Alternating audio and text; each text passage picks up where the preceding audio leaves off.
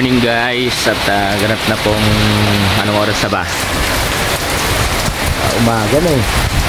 Oo. Ganap na pong alas 6:30, 6:34, eksaktong oras. So nakagupit na ho kami ni Yuan ngayong umaga. Ayan, grabe, tumba na yung mga saging, no? Kahit dito sa likod. Andito lang ako sa kubo. Yung kubo na bagsak na ng saging. Yan, dami ng saging na bagsak. Ito, no? Sobrang lakas na ho ng hangin. Ayan, sobrang lakas na ng hangin. Binabayo na kami dito. So, kumustahin natin yung ating mga kasamahan dito sa sa bahay. Siguro ako palang yung gising. Nagmagaling. Ako palang yung gising. Siguro gising na silang lahat. Ayan ho, medyo marami ng bagsak. Signal number 4 na kami kaninang alas 5 ng madaling araw. Isang oras kalahati pa lang ho yung nakakalipas. Nang i-declare tayo na signal number 4 na. So,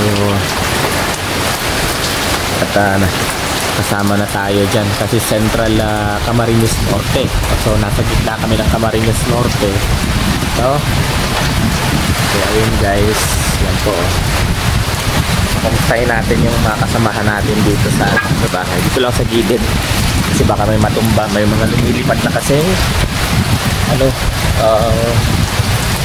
yan po, tumbang-tumba na. Dito lang ako sa kubo. Ayan, pinagtatakpan ko lang yung kasi mahangin sa loob. Ayan, andyan lang ho ako mag-isa, no? Tinitingnan ko nga ho yung sitwasyon. Ito, tumba na yung mga halaman sa gilid. So, tumba na rin yung mga upuan, kahit yung isang helmet tumba na. Aray ko. Grabe. Yung motor, buti yung ayun, tumba na din yung mga saging dito sa likod. Ayan po yung sitwasyon dito. Aray ko, grabe. Napakalakas na po ng bagyo, no? Wala na rin kaming kuryente. So dito tayo sa kabilang bahay muna sila kuya. Ay, ang lamig. Okay guys, dito kala titay okay pa naman. Dito tayo kala titay sa ginagawang bahay.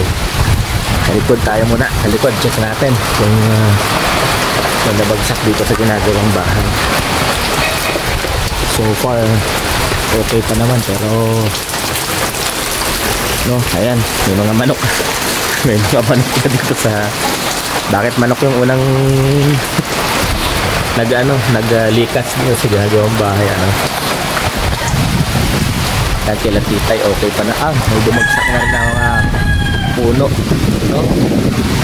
Ayan, lakas ng hangin dito. Pero hindi pa yan kasi alas 9 pa talaga yung pinaka-eksaktong malapit, pinaka-eksaktong malapit sa amin yung bagyo. So ito, tumba-tumba ng mga puno dito guys. Amin. Kasi ng hangin. So, may bitin pa. May bitin na dito sa amin. Si Rachel pala, nandun na sa may kusina. Nagbibideo na rin, nakita ko na. So yun guys, ang sitwasyon dito sa amin. Ayan, mamaya kakape tayo.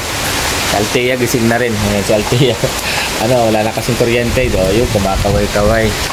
So yun po, yung sitwasyon dito medyo okay pa naman, pero signal number 4 na ho kami. At talagang binabayo na tayo. Medyo malamig. Medyo malamig. Lamigin pa naman ako. Yun yung pinakakahinaan natin, yung lamig. Nice. At wala na hong kuryente dito sa amin. Mabigat pala itong helmet ko. Hindi siya aray ko. Ninay! Pasok mo nga lahat na ito. Ganun lang itong helmet ko. Pasok tayo muna. Sandali. Ay, madilim na pala dito. Madilim na. Gusto na pala yung mga tao dito. Okay lang kayo dito? Kasi ako, okay lang ako sa kubo. Oo, may Tawag dyan. May ano ako dun. Pumasok na ako sa underground eh. Oh, check natin dito guys. Nag-iinit ka ng tubig. Wala kasing kuryente kaya medyo madilim ano. Nag-iinit ka ng tubig dito oh. Makikikape tayo dito. So dito sa likod, ito. Kitang-kita rito sa likod. So far, okay pa naman. Yung likod namin. Ang pinaka-iniisip namin dito is yung tumaas yung ilog sa likod ano. Kawawa naman yung mga kapitbahay. Ayan, marami ng tumbang saging sa likod namin. Diyan sa may kubo. Ano? Andiyan lang ho ako sa kubo. Babalik ho ako doon maya-maya. After nitong pag-video natin. Actually, ano, ito may saging nang nakuha si mama oh. No, basta oh, ayun oh. Mga hinog na pala yung saging. Ang dilim. Dilim po kasi wala ng kuryente. Saan yung nababasa kay Nini? Alin? Ay dapat kagabi kahapon na lagyan ng ano tarpaulin, kahit tarpaulin sana na pinapasok na ng tubig sa may parteng ibaba lang, sa parteng ibaba lang yung ng ano kwarto mo. Ano pwedeng mailagay dyan? Ayan, pinapasok ng tubig ng ano. Ay, eto rin oh. Dito oh. Oo nga. Pinapasok po. Uy, ano pala to? Nakalak na. Ito oh, basa na din dito oh. May hahangin kasi. Nahangin kasi yung tubig. So ayun. Pinapasok pa rin ng tubig. Ano yung bintana ng kwarto niya. Ano? Langga Rachel. So yun guys, lumabas po muna ulit ako. Ano, lumabas ulit ako. Ayun o, tingnan nyo, lakas na. Grabe. Hinahagupit na ho kami ni Yuan. At biglang dumilim ulit. Ano, kaninang pagising natin medyo lumiwanag. Ngayon mas dumilim. Ano? So, ibig sabihin parang lalakas pa siya. Hahagupit pa talaga siya. Kasi nga, ang pinaka-forecast na pinakamalapit dito sa amin, sa Camarines Norte, is bandang alas 9 po ng umaga. So, mas dumilim pa siya ngayon. Lumabas ako ulit. Actually, hindi pa ho siya pumapalo eh. No? Hindi pa siya pumapalo ng ganong kalakas. Ayun no. Kaya nakakalabas-labas pa ho ako. Signal number 4, pero nakakalabas-labas pa rin tayo. At ayun, nababasa ako. Okay, guys. Ayan po yung sitwasyon dito. So, mamaya ho, bigay ho muna tayo ng update again. Pagka mga pa ng alas 9, sana may signal pa, ano? Sana may signal pa mamaya alas 9.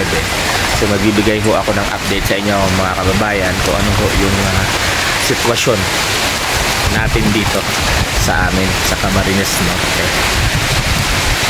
Yan sila Pading Rene, tulog pa, no? Ayan yung motor ni Pading Rene, oh. Pinambalo sa ng upuan. Pero as of now guys, lumalakas siya. Ano?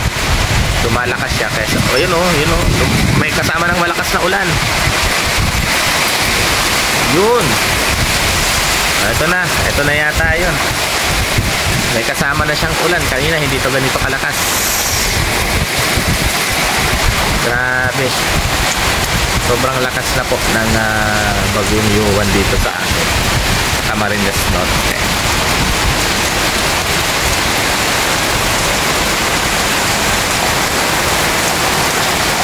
Yun, balik po muna ako sa ano. Balik muna ako sa kubo ano. Kasi grabe na oh. Lakas na niya. Talagang may kasama na tong ulan. Kanina wala pa.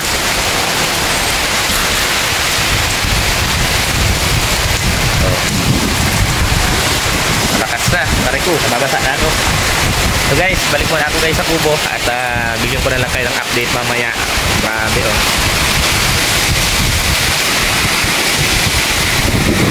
Ang lakas niya guys, grabe. Napakalakas. Napakalakas. Nakakapit tayo.